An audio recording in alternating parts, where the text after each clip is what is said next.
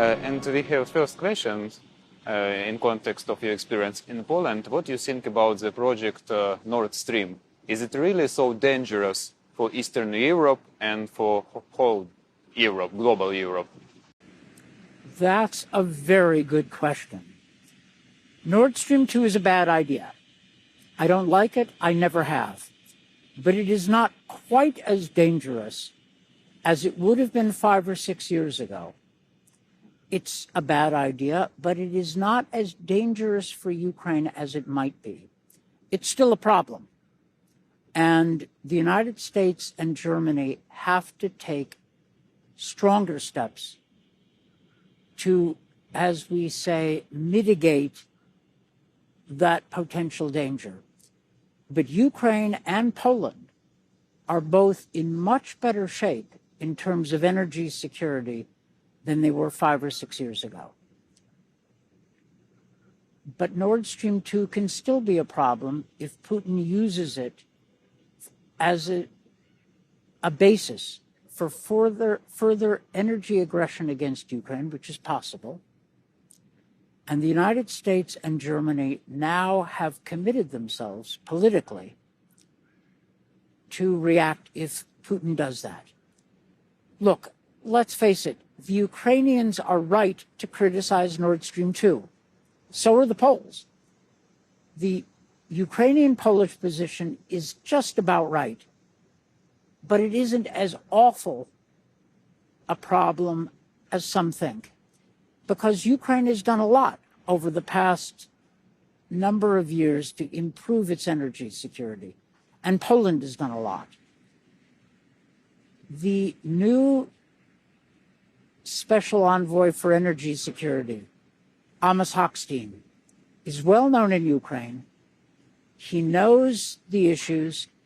He's been an opponent of Nord Stream 2 for a long time, so he's the person for the American government to start working with Ukraine and Poland and Europe to deal with the Nord Stream 2 challenge.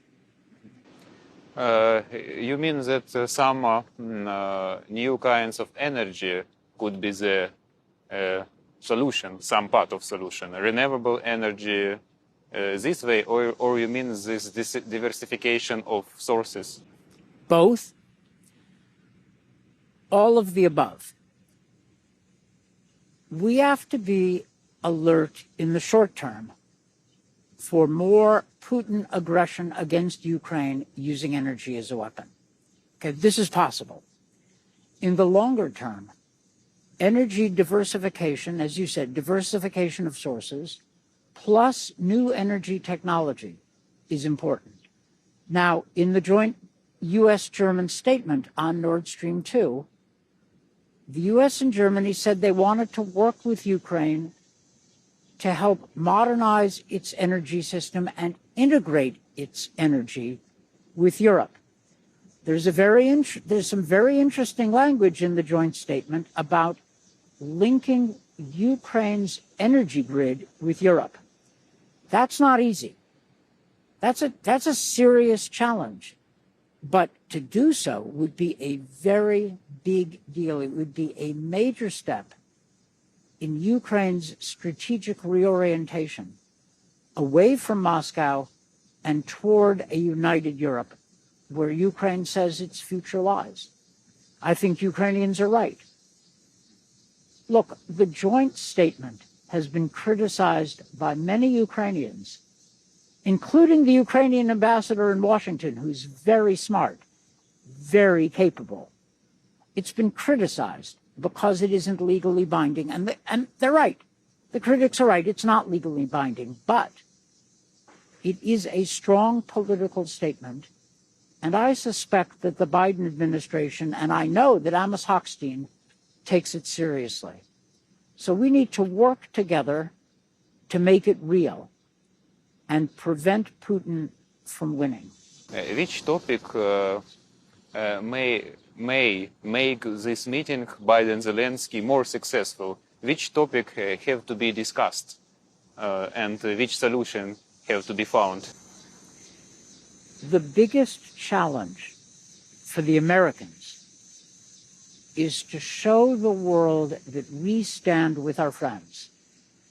I promise you that in the White House right now, the #1 topic is Afghanistan. Now, this is a huge short-term disaster, but it's not necessarily a longer-term strategic disaster if the United States stands by its friends.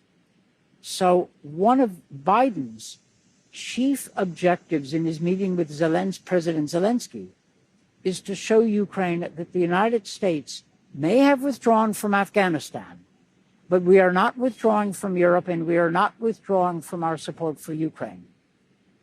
That is an important message. And Putin, who hasn't given up his ambitions to dominate Ukraine and to subordinate Ukraine to the Kremlin, wants to say to Ukrainians that America will not stand with them because we are out of Afghanistan. And Biden has to make clear that what is true in Afghanistan is not true in Ukraine, by which I mean this. Biden has said that the Afghan army fell apart. It did. Biden has said that Afghan's president fled the country. He did. But then Ukraine is obviously radically different. The Ukrainian army has fought for the independence of the country. It has held off Russian pressure and Russian forces. Ukrainian society stands with the Ukrainian government in its defense of Ukrainian sovereignty. Ukraine has defended itself. This is a big difference. And I suspect that Biden will make clear that pulling out of Afghanistan does not mean we pull out of Ukraine. For President Zelenskyy, I hope that he shows Biden that he is serious about leading Ukraine to be a European country.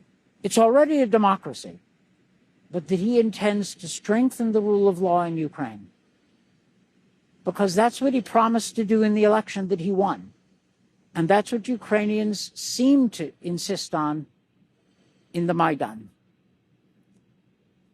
So I think that this meeting will be important, and it will be a chance for President Biden to show the world that we stand by our friends, and a chance to get Ukrainian-American relations out of this trap of American politics, which they were in because of Trump, and back to the place of defending democracy, defending the free world.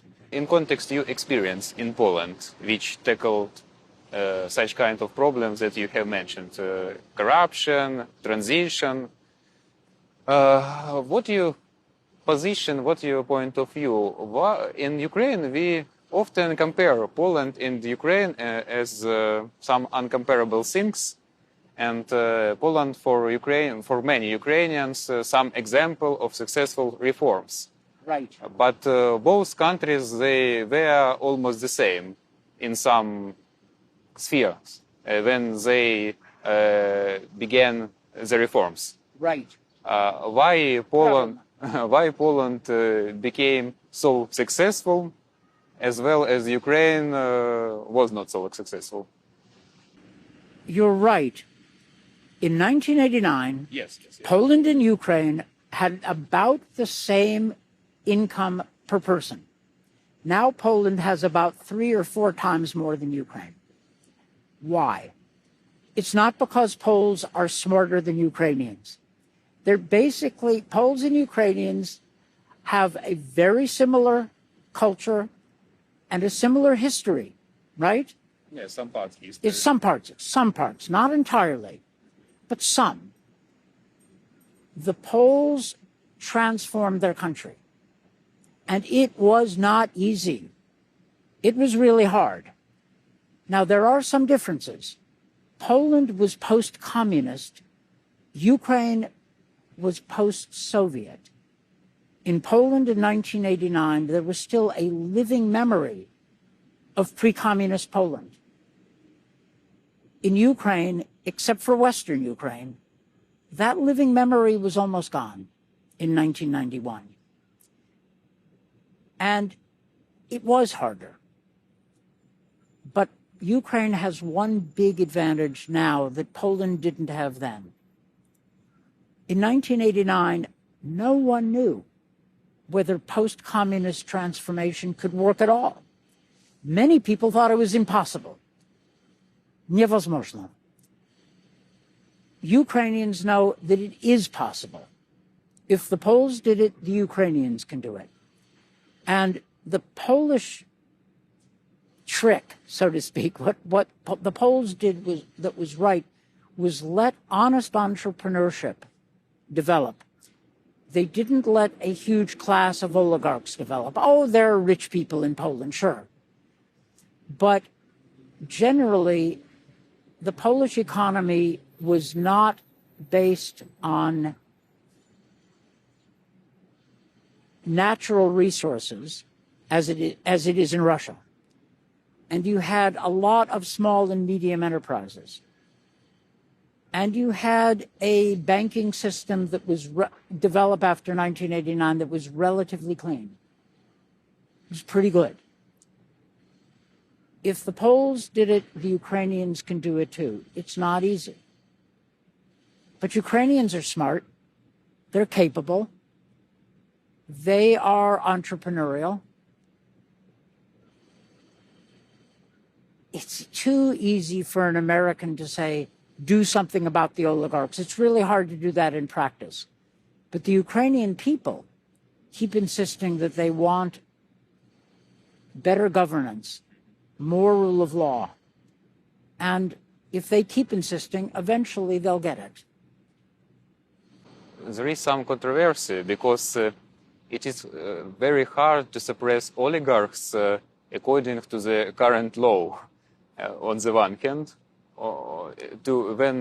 for authorities, it is hard to go along with law when they want to suppress oligarchy, because oligarchs, they are very influenced, and they use this system of law, corrupted, to protect themselves. How Ukrainian government could overlap this gap and absorb the law and to protect the Ukrainian society and economy from oligarchy? Not to fall in Putinism. It's not my place to tell Ukrainians what to do. I think Ukrainians know perfectly well what to do. The law should apply to all, and it should not be constructed that oligarchs can exploit it. It needs to a strong Ukraine, a strong sovereign Ukraine needs strong independent institutions, and they need to be protected. President Zelenskyy ran as a candidate. He ran for president on a promise to reform the system. And this is not an issue of replacing oligarchs with Bankova. That's what Putin did. Yes, right? yes. That's what Putin did. I mean this approach. Right. That's not going to help. But the rule of law can be very popular if Ukrainians realize that it protects them and it protects honest business people and breaks up monopolies and doesn't allow this iron ring of oligarchic monopolies to dominate the economy. Again, easier said than done. But Ukrainians can figure out how to do this. There are a lot of smart Ukrainians. And there are a lot of people in Poland, in Lithuania, in Estonia and Latvia who have made their economies work much better. And they're able to give some decent advice.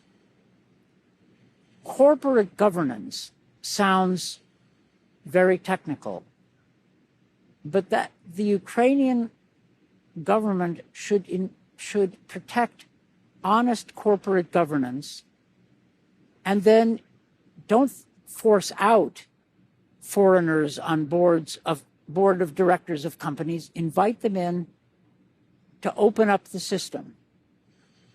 Now, look, this is not easy, and I don't want to pretend it is, but I also want to give Ukrainians some credit for what they've done. It will take leadership that thinks first of the nation and is willing to work for the Ukrainian people and to build a political base so we can win elections on a platform of reform for the people. I mean, Słucha narodu, right? Doesn't that mean? Servant of people. That's right. They have to mean it.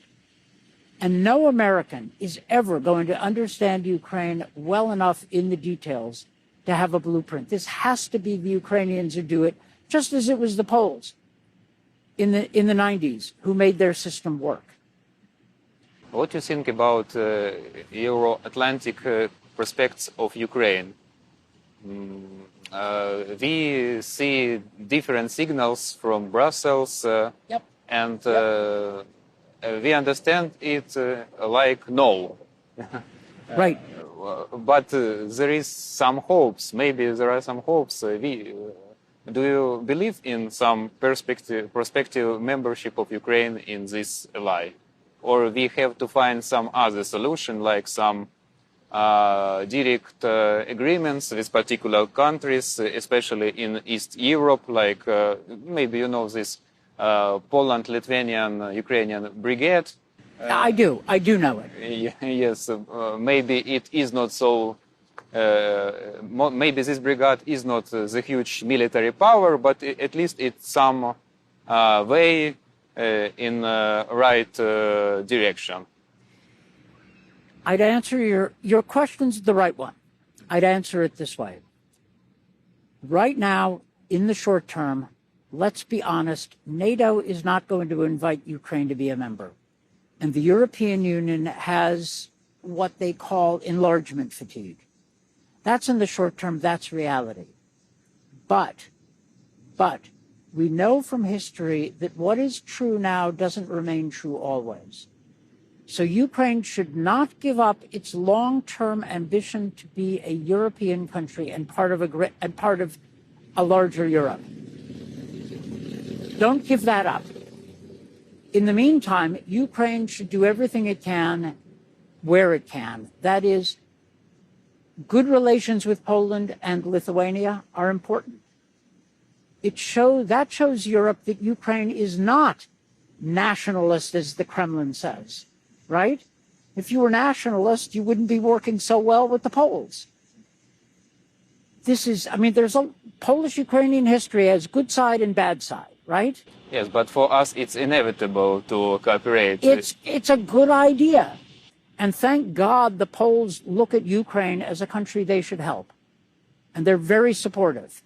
The liberals in Poland, the government in Poland, there's a broad consensus in Poland which is pretty pro-Ukrainian outside of some nationalist groups. It's pretty strong. This is good news. I would say to Ukraine this: take every opportunity to strengthen your relations with every European country you can. Secondly, build political capital for yourself by transforming your country. And three, keep resisting Putin. He is going to try to undermine Ukraine, but I think he will fail. And remember, in the middle 1980s, before you were born, no one believed that the Berlin Wall would fall. No one believed that the Soviet Union would end. No one believed that Ukraine would be independent. But here we are 30 years later. Okay, Poland sent some F-16 fighter jets to fly over Kyiv as a salute for Ukrainian independence. Now, back in the 1980s, this would have seemed like a samizdat fantasy. But it shows you that in the short run, things may not look possible, but in the long run, a lot more is possible. So Ukraine should defend its independence, build its institutions at home as a free country, and build its relations with the United States, with Poland, with Germany, with the UK, with every country it can. And those better days will come. And the last questions,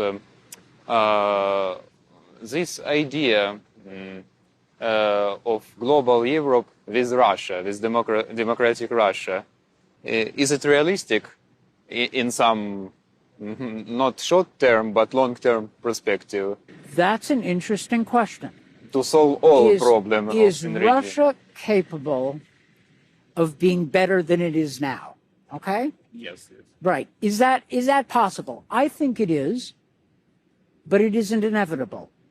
Now, there are many people in Ukraine who think that Russia will never be better than it is right now. And I understand that. There are a lot of Americans who agree. But I believe that Russia could be better, which is why Putin is so afraid of a democratic rule of law Ukraine. Because if Russians see a democratic rule of law Ukraine succeeding and prospering, that is the end of Putinism. That is the end of Putinism. No, Kyiv, православный город. Yes. Right? And for Russia, me, secular.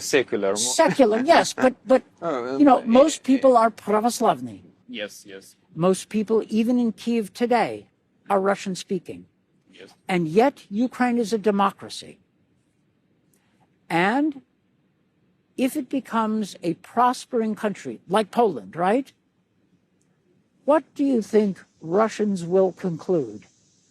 I suspect that they will conclude, why not us? Почему не мы?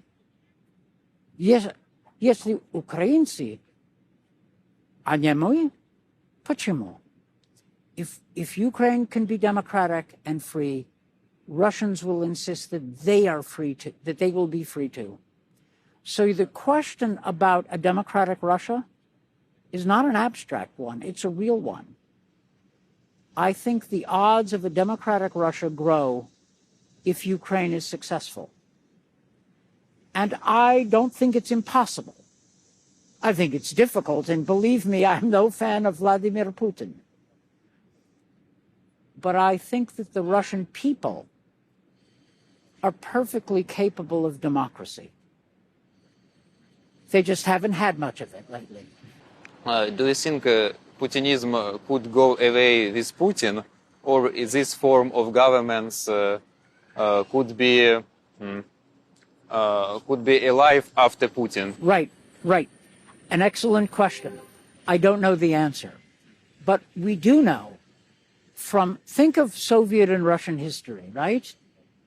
Every change of leadership is a potential crisis and, you know, переломный moment, a turnaround moment.